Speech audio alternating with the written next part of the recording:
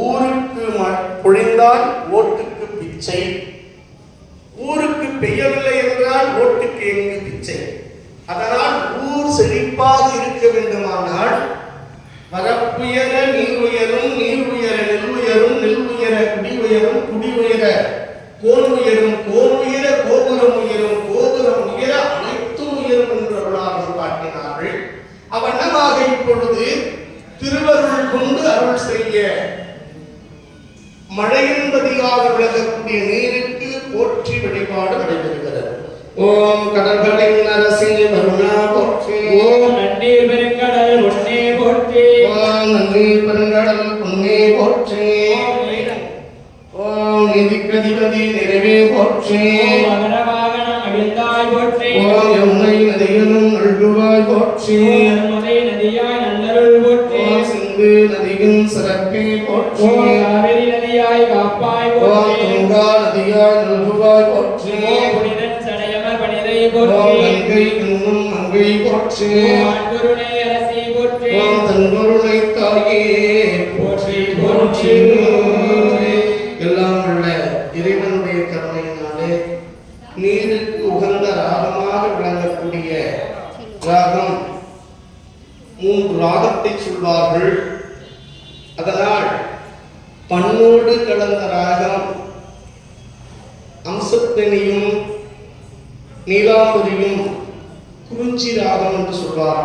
இந்த 3 ராகத்தையும் வாசிக்கின்ற போது மேகங்களை கலைத்து நீர் என்று சொல்லக்கூடிய நீருக்கு இறைவன் கொடுக்கக்கூடிய கருணை என்று சொல்வார்கள்.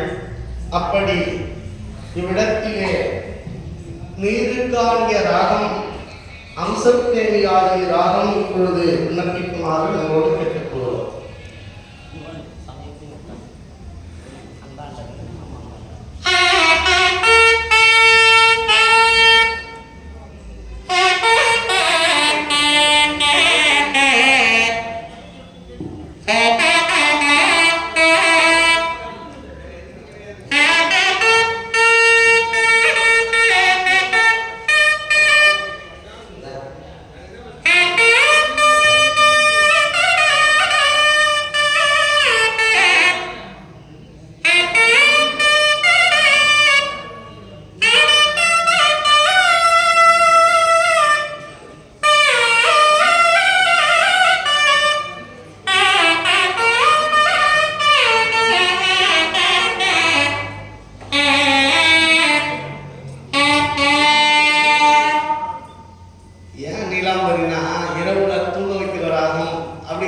நீலாம்பரி வாசிக்கிறதில்ல.